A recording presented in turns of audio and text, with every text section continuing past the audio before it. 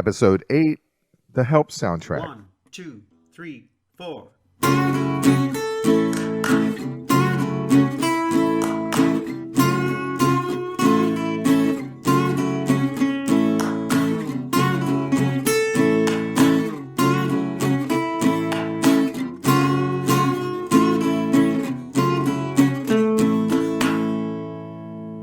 Welcome to the Beatles Come to America podcast. I am your host, Tom Gouker, along with the Beatles Guru Brooke Halpin. Today, the movie Help and the soundtrack that goes along with it, called Help. It's August 6, 1965. Beatlemania is still alive and well as fans get to sit down and watch the Beatles again, this time in color. Before we get into the episode, we have some housekeeping notes for you. I have a podcast called Something Came from Baltimore, which is a music interview podcast. It's more jazz, R&B, and blues, and it's not really about Baltimore, but we want you to subscribe and be a part of that Be More music scene. That link is in the show notes. And then the Beatles Guru, Brooke Halpin, is all-knowing when it comes to the Beatles. He sweats Beatle DNA for real. Follow him on his Facebook page, Come Together with the Beatles and Brooke Halpin.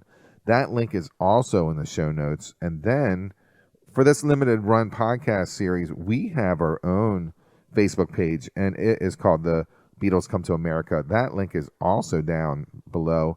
We're asking you to rank your favorite albums of the U.S. time period from best to worst. As a bonus, at the end of every episode, the Beatles Come to America, we have a Brooke Halpin original song. So you'll want to stay for that. Just remember that we are a DIY lo-fi production. Now, let's get into the interview. The Beatles Come to America, it's episode 8. It's the Beatles Help soundtrack. I am so happy that we are doing Help, because I love Help. The movie or the soundtrack? Both. Okay. Absolutely. Now, I am a big fan of the songs that have words to them. No kidding. Oh, what a surprise. I just checked the box office on this. It was 1.5 million on their budget and made 12 million, which I assume it's a success. And then this is the beginning of their film deal, right? Where they had to do 3 more. Right. And while we're talking about the pieces of Help, Ken Thorne is the film orchestra. No, it's not an orchestra. He's the composer. Okay, so the instrumentals that we're hearing, it says George Martin Orchestra. Where's the relationship between Ken Thorne and George Martin? Are these George Martin compositions, or are they? No. Ken Thorne is a composer. He composed the soundtrack music to the film. Okay, are they readapted onto the Help album? Because they're all giving credit for George Martin Orchestra. I mean, we're going to talk about. We're off the record here, aren't we? I'm recording. This is all documented. Oh my God! Is it really? Oh, okay. Well, Ken Thorne is a composer, so the soundtrack music, orchestral arrangements, are compositions by Mr. Thorne, with the exception of, now there's a couple that he did where he took the melodies by Lennon and McCartney. For instance, there's something called From Me to You Fantasy. So he took the From Me to You song, the melody, right, from John and Paul, and he arranged it and changed it and added things to it, and he also did the same thing with another instrumental called Another Hard Day's Night. And then he incorporated You Can't Do That into one of the instrumental pieces as well. We'll get into that. But one of the things that I find particularly interesting is that it's produced by George Martin, but it is also produced by Dave Dexter Jr. Now, what in the hell why did George Martin need a second producer? Well, it says for the U.S., something to do with the U.S., that Dexter he had a relationship with Capitol. And this is where it gets even more confusing, because the soundtrack album to A Hard Day's Night was released on United Artists, and then as we talked about, then Capitol, wanting to capitalize on, then released their version of A Hard Day's Night. Now, the Help album is released on Capitol Records. It's not released on the United Artists label. So something is very, very confusing here. Now, Dexter, as I assumed, he worked for Capitol. Yeah, he worked for Capitol, right? So he had something to do with overseeing the American releases of the Beatles albums from '63 to '66. So I don't. Because of that, I'm not very impressed with him because we talked about. So, yeah, he has been criticized, referring to Dexter's treatment of the recordings. Some people call it genuine stupidity.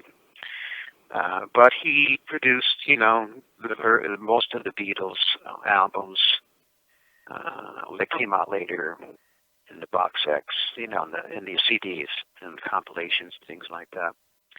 So there you go. Because he was working with Capitol, and because this was being released on Capitol instead of on United Artists, like A Hard Day's Night was, that's where Dave Dexter comes in.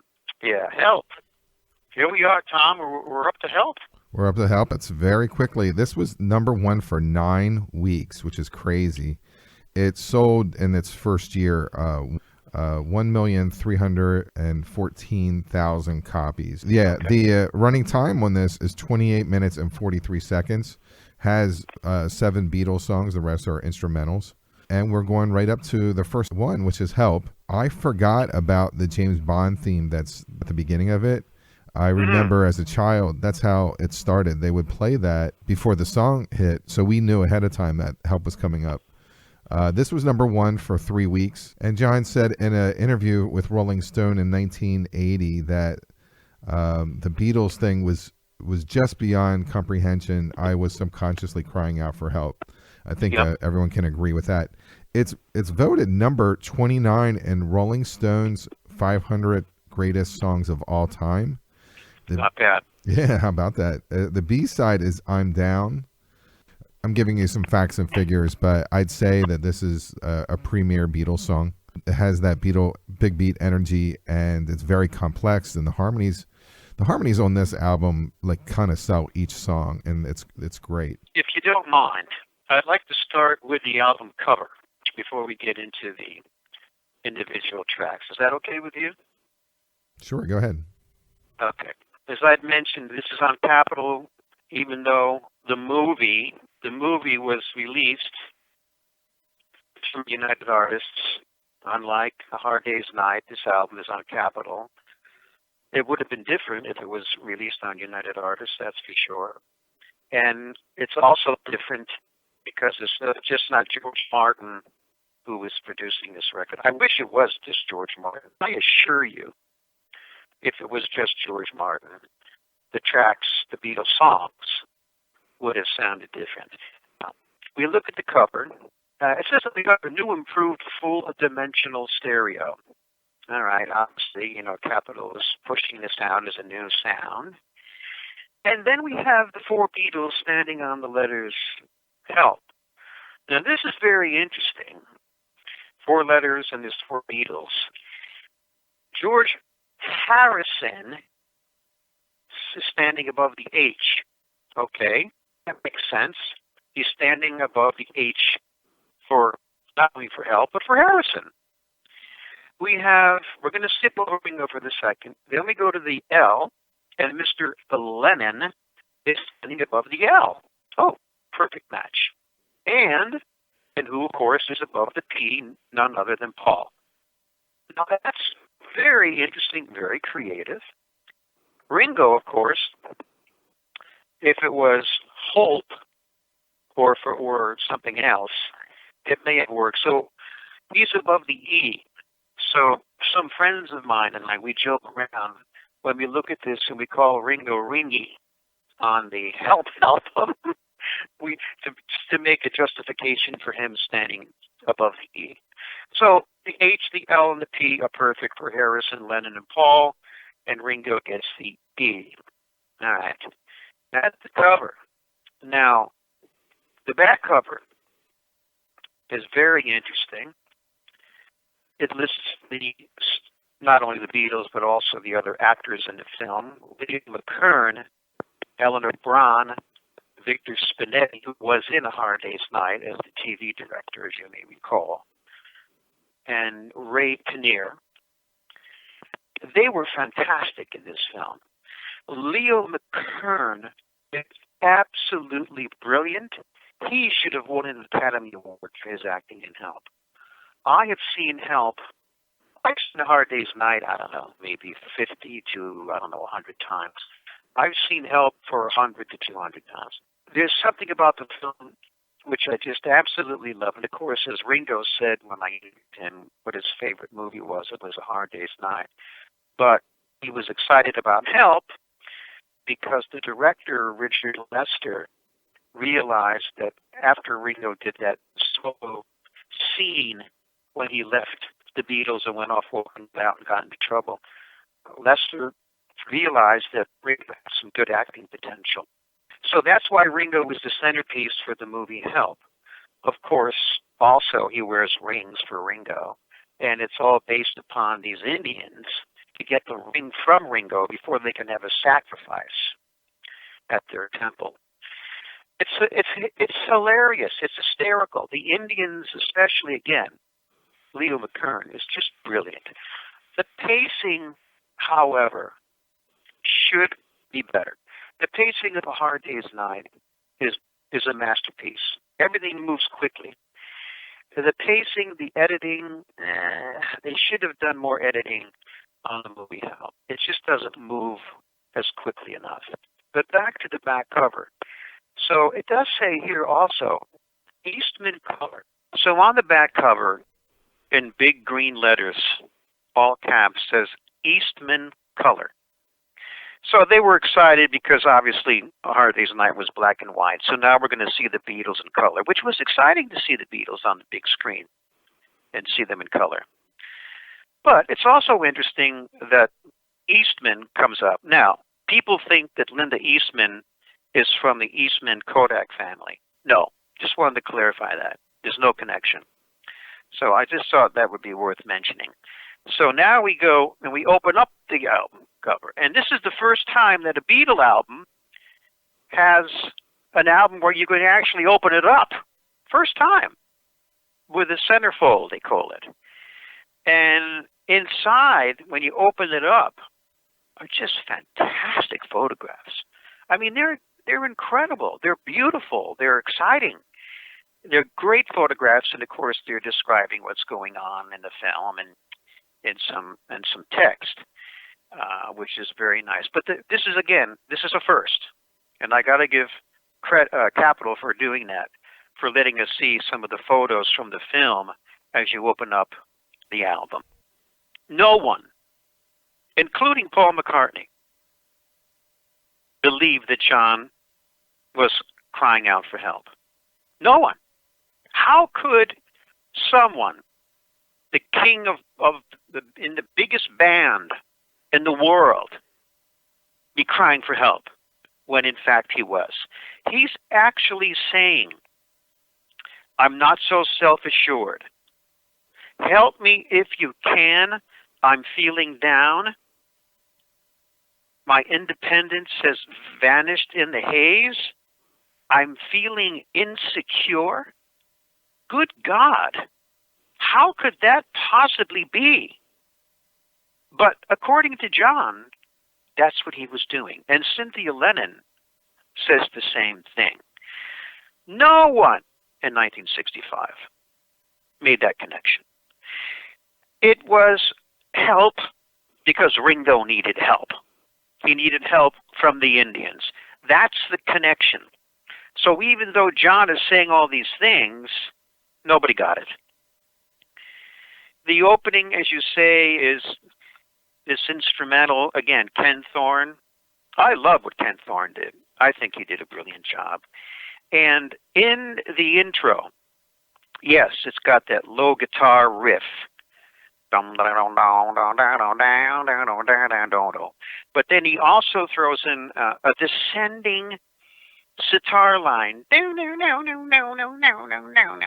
which is foreshadowing and telling us in a very short amount of time that there's going to be some Indian instruments in the soundtrack and in the movie. Brilliant that he did that. And I don't know how many people make that connection. I know you don't care for the instrumentals, but I am a composer myself, and I've composed soundtracks to movies. And even years before I did, even when I heard this, way back when it came out, I absolutely loved what Ken Thorne did. So we have the introduction, and John was wanting to do a slower ballad, like a piano-driven ballad on Help. But because it was the title song to the movie, he knew that it had to be musically upbeat like it is. And a lot of people don't know that. But the lyrics don't really match the music, in my opinion, because they're so down. You know, it's like, help me if you can, I'm feeling down, and I really do appreciate, whoa, hey, yeah, let's have a good time, you know. It should be like, help me if you can, I'm feeling down. You know, really matching the lyrics, but that didn't happen. And the other thing that's interesting is that he says, I'm feeling down, I'm down. And of course, Mr. Paul McCartney writes, I'm down. The flip side to the single, Help. So anyhow, there we go. I love Help. It's a masterpiece, even though I said what I said. The next song that we have is The Night Before. It's a Paul song. There's a weird guitar solo. It's towards the song, in the song, and towards the end. So you're going to help me with that. It was recorded on February 17, 1965. Mr. McCartney's musical prowess was aflame. He was completely turned on in 65, playing lead guitar throughout most of this album. Most of the songs on this album, Paul plays lead guitar. There's only one that he doesn't play lead guitar on, as a matter of fact. Well, two. It's Paul and George playing lead guitar together in octaves. So I believe it's Paul who's playing the high lead, and George is playing the same notes but an octave lower. And that in and of itself is a very, very unique sound. And I don't know of anyone who was doing that at the time. And McCartney's lead guitar playing is absolutely brilliant. I mean, this is the bass player of the band. How many bass players put their bass down and play a lead guitar solo like that? It's unbelievable. He's a monster musician, McCartney. Absolutely. And what's interesting, too, is that Paul's lyrics now are getting edgier, right? You know, here's Mr. Romantic, you know, and I love her, and, you know, all these love songs that Paul would write. I'll follow the sun, and all the love songs that he did in 64. Now he's saying, oh, wait a minute. Were you telling lies to me? You know, treat me like you did, you know, last night, the night before. So lyrically, he is evolving. And he's evolving as John is also evolving as a lyricist. So they're both evolving as lyricists and musicians at the same time, which is another example of how brilliant and how unique that writing team was of Lennon and McCartney. Yeah, the next song I have no comments for. It's an instrumental from the movie. It's From Me to You Fantasy. It is by the George Martin Orchestra. And in the movie, since you've seen it so many times, yeah, this is a great scene. You've got Ringo sleeping, and you've got Eleanor Bron, the actress, who is hiding behind a curtain with an apparatus,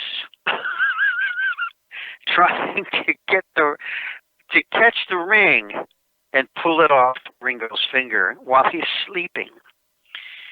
It's hysterical.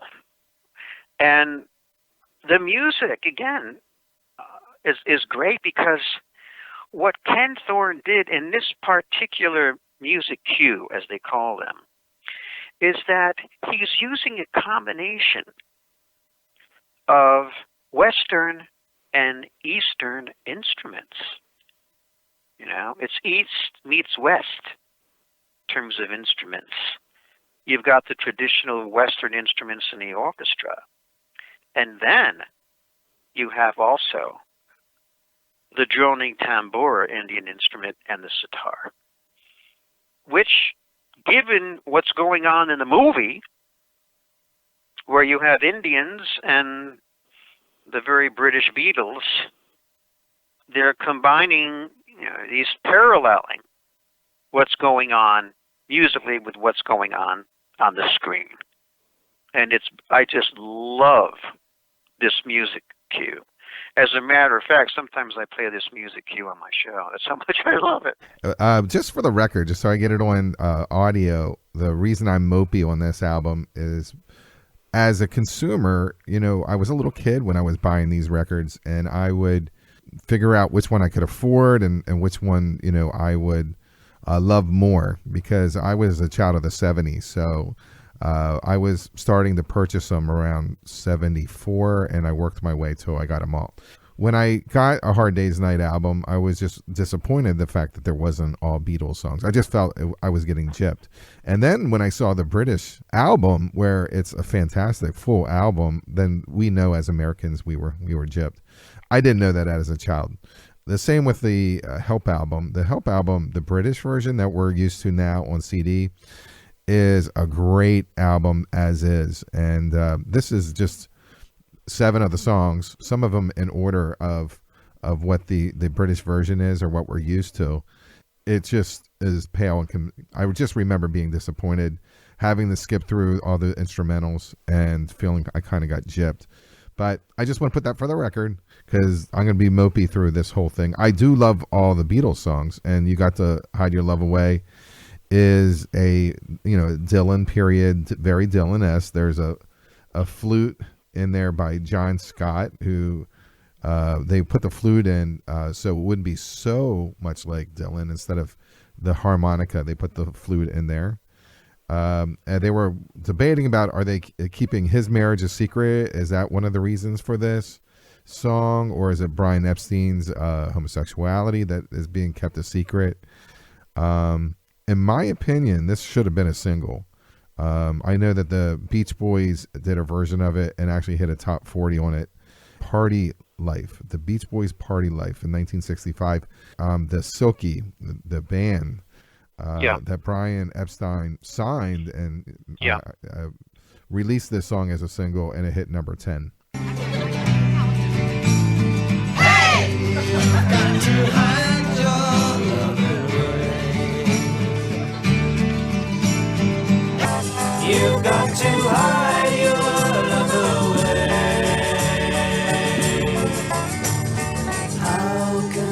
Yeah, that's right. The Silky was a big hit. Yeah.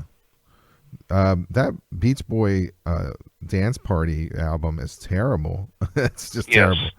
Unlistenable and unacceptable for the quality of the Beach Boys. It's a solo John masterpiece. And yes, at the end of the song, typically the instrumentals happen where? in the middle of a song.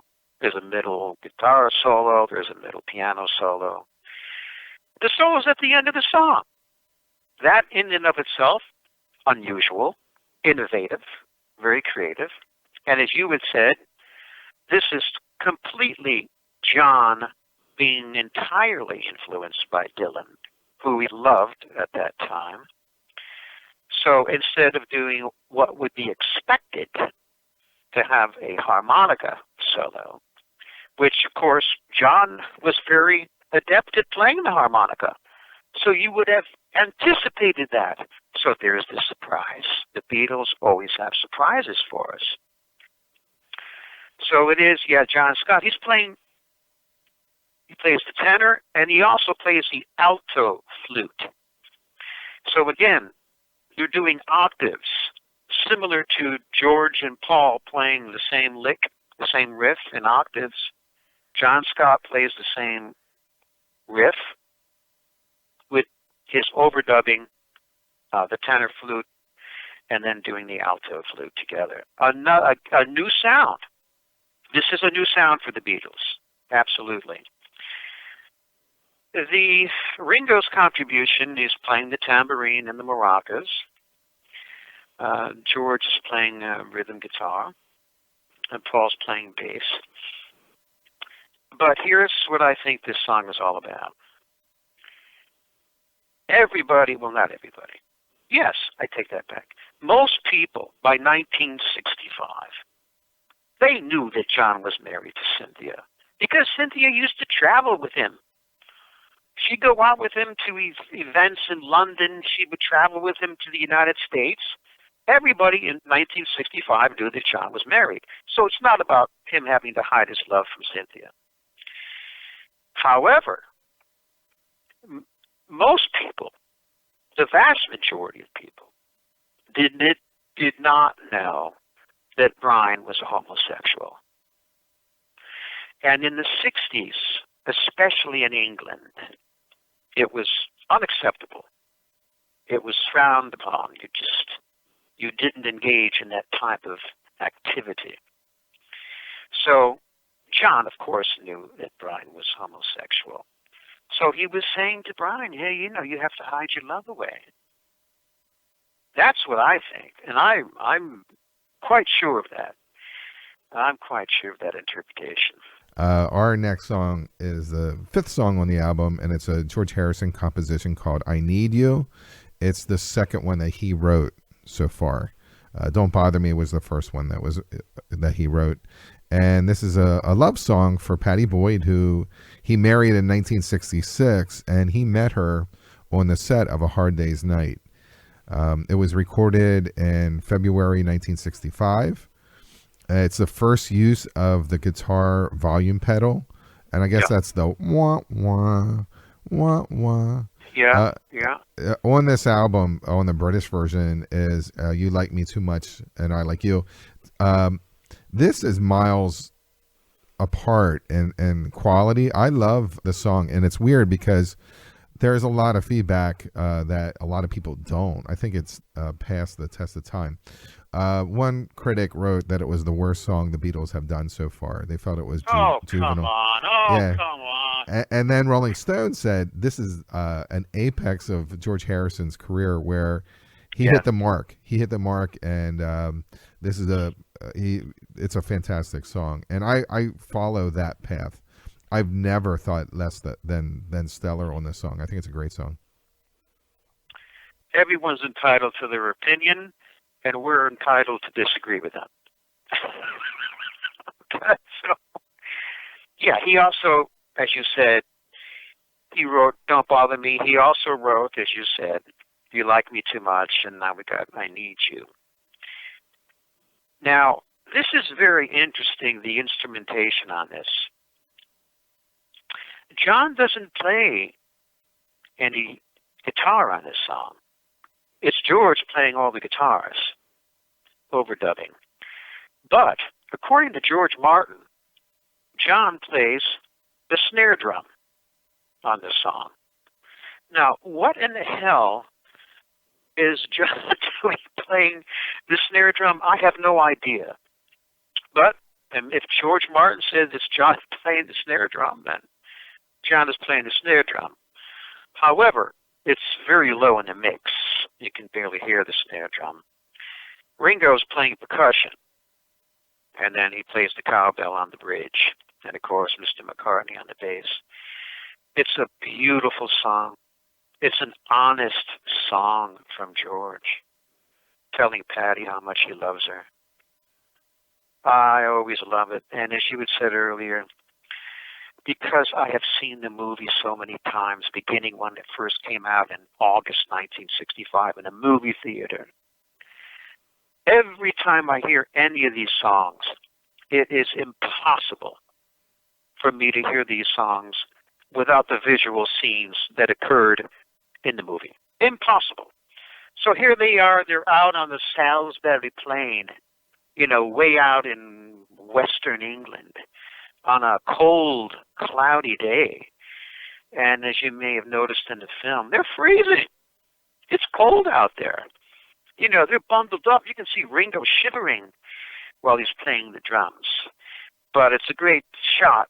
That's where they did the scene for I Need You in that Salisbury Plain scene, along with The Night Before. Yeah, it's beautiful. I love I Need You. Thank you, George. The next song is in the Troll. In the Troll. In the Troll. Yeah. Okay, go take it away. Okay. I know this is your favorite track on the album. You just won't admit it. Oh my God, it's unlistenable. Unlistenable. Oh my God, you're so bad. What's really interesting about this is that it begins with like a Salvation Army brass band. And it also ends with a Salvation Army brass band playing. Well, what happened 2 years later? 2 years later, George Martin is using brass band inserts on Pepper on the opening track.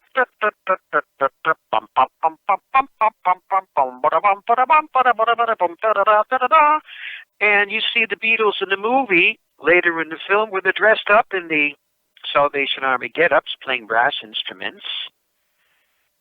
So there's an interesting connection between the music that Thorne wrote for the scene and knowing what would be coming up 2 years later in terms of using brass bands in Beatles songs. Very interesting. All right. We're flipping this over to Another Girl. And that's also like She's a Woman, Hammer with a guitar. It's written by Paul. It's to me, it's a blues song. He wrote this song in Tunisia, believe it or not. It was recorded on February 15th. And the guitar piece solo is George at the end. You're right, Paul plays lead and bass through this. The first time it was ever played live, which is a bit of trivia, is April 28th, 2015, where Paul played it live in concert in Tokyo. This is just another song from this time period that is fantastic. The harmony is awesome. The music, it's so catchy. All these songs on this album that have lyrics are so catchy and so awesome. And again, this is another piece of the movie that you fall in love with. What's your thought on this song? Yeah, it's interesting that Paul would write these lyrics because I think these lyrics sound more like John lyrics. I really do. So again, going back to when he was saying in The Night Before, were you telling lies? But now he's saying, oh, by the way, I've got another girl, the way, if you don't treat me the right way, I'm going to have another girl anyway. So it's really arrogant lyrics for Paul, which is unusual. But again, he's evolving. He's obviously being influenced. It's Paul, once again, on this album. He plays lead guitar throughout this song. George is only playing rhythm and acoustic guitar. and John plays a rhythm electric guitar. So, I mean, who can the lead guitar solos on these songs, on The Night Before, on Another Girl, are just outstanding. He is so damn good as a lead guitarist. So we have to give Paul that credit. And of course, in the movie, it's hysterical because they're on the rocks. You know, they're out there in Nassau, out in the Bahamas somewhere, and they keep changing. You know, Paul's playing bass, and then all of a sudden he's playing the lead guitar. George is playing the bass, and then all of a sudden John is on the drums, and then Ringo's playing the bass, and then all of a sudden Paul is strumming a girl. Is an actual girl that he's playing with because he has another girl. So things keep changing. Richard Lester did a brilliant job of directing this film, and this is a music video, right? This is a music video in 1965. Absolutely, hands down. This one in particular is a music video. I love what they did in the movie, and it's a great rock and roll song. Thank you, Paul. Thank you, Mr. Lester. Number 2 is Another Hard Day's Night, and I wrote in my comments, I don't hate this one, but go ahead. Whoa! Yeah. Oh, tell me about it. And why don't you hate it? Well, I don't hate. I mean, I'm not. I like Indian music. I mean, I've if it wasn't for the Beatles, I wouldn't be as open to it and experiment. And this is a great version of a hit that I'm real familiar with. So it's fun to hear this version the way it was done. I respect it. I just don't want it on this album. Well, sorry, Tom, we can't take it off. It's too late. Yeah, well, again, how can I hear this and not see what's going on there? They go to this Indian restaurant. They sneak into this Indian restaurant. And, of course, Leo McCartney is in the restaurant working like he's supposedly working there. And he has a buzzsaw, and it has a knife or something. He's going to chop Ringo's finger off, whatever it might be. But getting back to this particular music cue is that there's typically back then, in some Indian restaurants, you would have at least someone playing the sitar.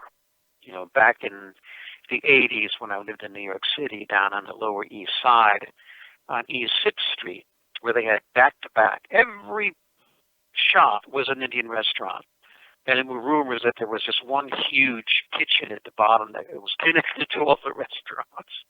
But when you went into the restaurants, there would be a sitarist, and he would be playing Indian ragas. So you just go into an Indian restaurant in London, and there's some Indian musicians playing, and then all of a sudden they change quickly because it's the gang of Indians that are trying to get the ring off Ringo. And it's all Indian instruments, and to do that arrangement is not easy. To take notes and a melody and a bridge and apply them to Indian instruments, because most Indian music is based upon a drone, one pitch on the droning tambura.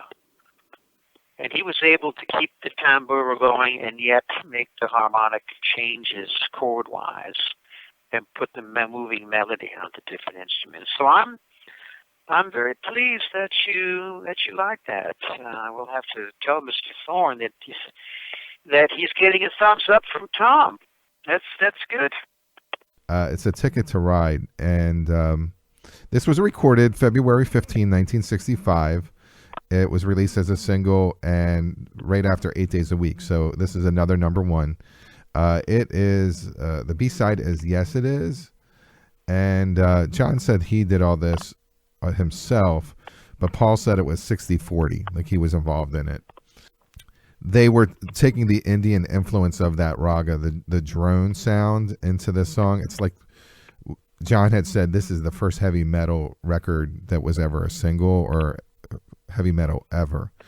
And so it's, if you look at it that way, it's really progressive for its time, very progressive. And Ticket to Ride, it sounds like a story about a woman who's bored with her boyfriend. She just wants to get out, or they want to get out of the family state that they live in. They're just being bored. And John saying no. The when they were in Hamburger, Germany, the prostitutes would carry cards around that indicated that they had a clean bill of health. So it's slang. So ride means a slang for sex. So they had a ticket to ride. If that's the case, that blew me completely away. If some of the interpretations now is that she left her boyfriend to be a prostitute. This was in the skiing sequence, which was pretty awesome in the movie, and they used or were influenced by the Kinks. See My Friend as a inspiration. See my friend,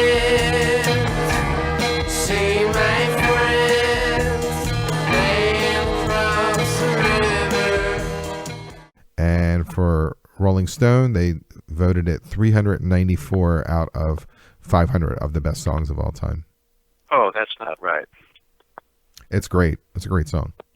It should get a much higher rating than that. Well, first of all, John, God bless you, but please, this is not heavy metal, John. No, this is not heavy metal, all right? I mean, if you want to talk heavy metal, then, listen to Helter Skelter. That's heavy metal.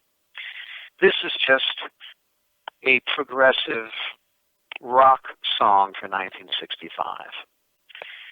Brilliantly recorded with lots of guitar overdubs, mind you. There's a lot of guitars on this track. You've got the low, like you said, sort of the droning, bound, down, down, bound, bound, down, down. And that's matching, by the way, the bass line during the verses for the most part. And George plays the introduction, right? And it's a wonderful, wonderful, unusual drum pattern. Never heard of before. And according to Mr. McCartney, it was his idea. And he asked Ringo to play that drum pattern, which of course he did. But guess who's playing the guitar, lead guitar fills? It's Paul again on lead guitar. Incredible. Nobody knew in 1965 that McCartney was doing all that lead guitar playing. No one. Everybody figured it was George because George was the lead guitar player. So there you have it. I love it. It's one of the best, certainly one of the best songs recorded and released in 1965, and it's forever associated with the snow scene when they're all around the grand piano in the snow. Another music video way back in 1965. Number 4 on this, that's the 4th song, is The Bitter End. You Can't Do That. Another instrumental. My comment is unlistenable. Go ahead. What do you think about the song? Tom, have you ever been to, just out of curiosity, have you ever been to like the Baltimore Symphony, or do you ever listen to symphonic music at all or no? Oh yeah. You do? My tastes are varied. This is a Beatles album, and I am a Beatles fan. I don't want them on here. I'm not. This was, I just remember me for years just constantly skipping over this album. I actually remember just taking the album and recording it onto a cassette and just removing all the instrumentals off of it. Okay. All right. Well, we'll make this brief then. So, The Bitter End, yeah. You can hear a little bit of You Can't Do That in this music cue. A little bit. It's not as obvious as the other cues when you can really hear From Me to You real clearly in the first music cue. I want to mention that on the album itself, It doesn't even mention the name of the music cues on the album. It just simply says, in parenthesis, instrumental, and how long the instrumental is. That's pretty rude. If I was Ken Thorne, I would have made some noise about that. Instrumental, 2 minutes and 3 seconds. Instrumental, 2 minutes and 21 seconds. Now, of course, they mentioned his name on the back, musical score by Ken Thorne. But boy, I thought that was terribly rude. And I have no problem with the Bitter End. And it also was a very good club. I don't know if it's still there in the West Village in New York City. The Bitter End. No relationship, of course. But yes, it works perfectly for the film. Ken did a great job. He knew exactly what he was doing, and he should get more credit for the sound scoring that he did on this film. I can give you the breakdown on it. You're gonna lose that girl.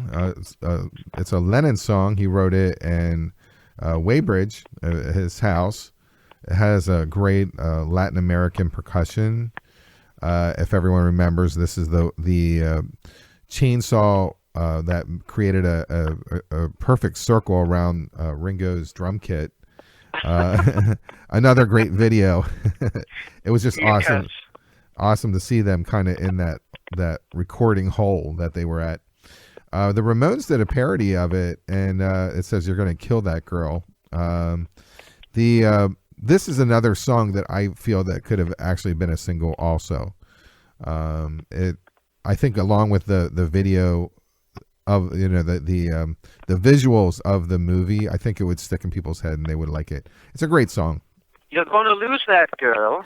Yes, you're gonna lose that girl. You're gonna lose that girl. Yeah, how sad.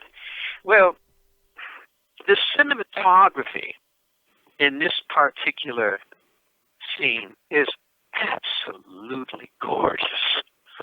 The lighting, the coloring, the spotlights, brilliant. The silhouettes, the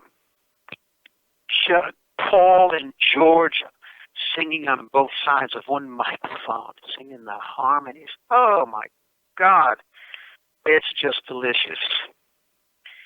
Now, that guitar solo, when I first heard it, and to this very day, it is just amazing. And it's George.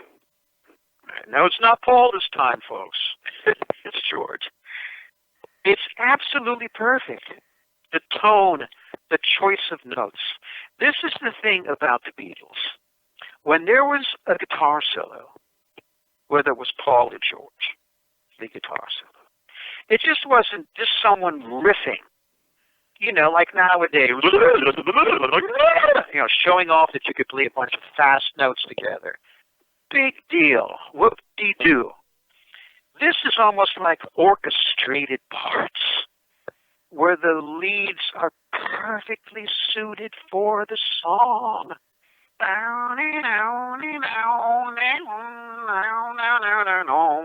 Oh my God, it's just so damn good. And the lyrics are really quite, I'd call, competitive. They're threatening. It's like, hey, listen, if you don't do this, if you don't take her out tonight, watch out. You're going to lose that girl, and I'm going to get her. Which, of course, is something that John would write. Perfect John lyrics. The bongos, overdub bongos that Ringo does, they're really quite prominent in the mix, which is really quite different as well. He played bongos on And I Love Her, but of course it was much softer and it's a ballad. But in this song, boy, he's really cooking on those bongos. He did a great job. So it's one of my favorite songs ever by the Beatles, and certainly in this movie. And yes, this could have gone out as the B-side to Hide Your Love Away. How about that? Or it could have been a double A-side. Hide Your Love Away, and then You're Gonna Lose That Girl from the movie Help. If they had released that in September, oh my God, it would have shot right up. Really surprised that they didn't do that. Good point, Tom. Very good point. That would have been a perfect A and B combo. Or a double A. Yeah. Yeah. The next song is the final. It's called The Chase. And what do you have to say about that? Well, this is all Indian instruments, played by Indian musicians, and because it's called The Chase, it picks up. The speed accelerates toward the end of the piece. It's my least favorite Ken Thorne instrumental on the record, but it's there. And to close out the album, not a good idea. I think that was a mistake in terms of sequencing. You didn't want to close the album out with that. I would have thrown that in somewhere, probably, I don't know, maybe somewhere on side 2, could have thrown it in somewhere. Or maybe even somewhere on side 1 between maybe You Got to Hide Your Love Away and I Need You. But it was maybe they're doing it because it's toward the end of the film. But it's, there's not much for me to say about that, believe it or not. So that's the last track on the great album, Help. I just wanted to mention on this album that the movie was released in the United States on August 11th. And yet, this is curious, Tom. Capitol didn't release it until August 13th. Now, you would think that you would want this record released and in the shops before the movie came out. I don't know why it was delayed. I mean, if I was working with Capitol, I'd get it out at least a week before. But anyhow, maybe Mr. Dexter could answer that question as to why it wasn't released before the film hit the screens here in the States. Yeah, I'm not surprised. But I do, it's hard to rank these, and it's kind of unnecessary. It's because you love basically every album that the Beatles have. But if we're going to play this game, you're going to have to play it. I can tell you up front, ladies and gentlemen, Yellow Submarine is my least favorite album, so just get ready. That was a no-brainer, but it's great. So we have we're in 1965. We hit another high mark, another amazing triumph that the Beatles had, a brand new album, a brand new movie, and the winter comes, and Rubber Soul is right on its way. Oh boy, it's exciting. Yeah. Oh yeah, I can't wait. That's going to be another fun one. And I'm sure you're thrilled that there's no soundtrack music on Rubber Soul. That should make you happy, Tom. Yeah, I mean, I'm digging in. That's all. I remember just being disappointed as a kid. That's all. I know. I'm just playing with you, my brother. You know that. I'm just playing with you. I am very disappointed on Yellow Submarine and the other soundtracks. I did exactly what I did before, and I just take the songs, put them on a cassette, and play the songs so I didn't have to skip through them. But great. All right. So we will see our listeners the next time where we review Rubber Soul. Thank you, Brooke Halpin, for visiting again today and talking about the Beatles. Oh, my pleasure, Tom. It was a lot of fun. You take care, and we'll speak soon. We will. Thank you. The next episode, The Beatles, Rubber Soul. Now, and enjoy an original Brooke Halpin composition, The Path.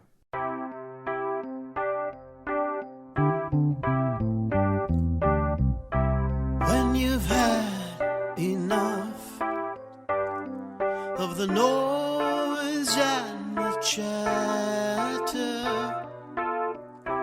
if you've had your fill of the things that just don't matter, better days await you. voice call out to you. Follow the path shining all around you. Follow the path into the stars.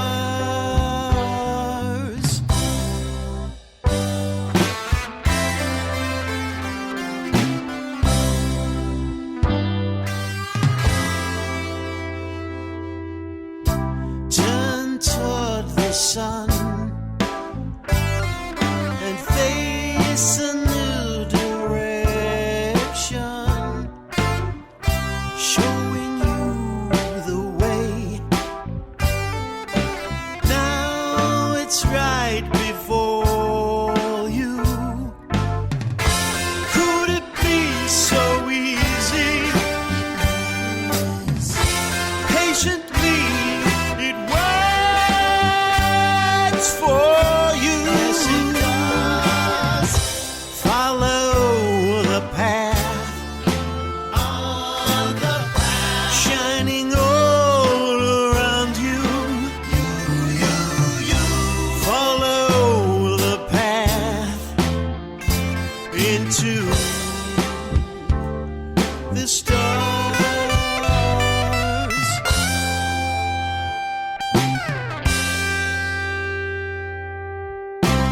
Legends walk the path. They were once just like you. They kept on walking and hit their stride. So don't let anything stop you.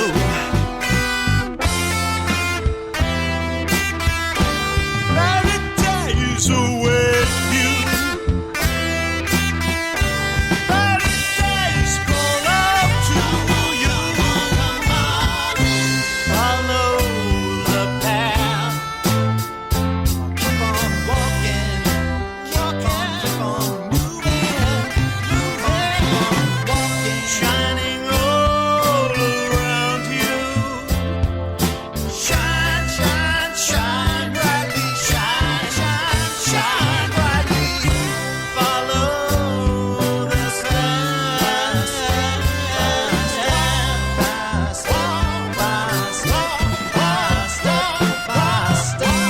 into the stars. Walking on, follow the path on the path, shining all around you. Follow the path. Get on it. Into the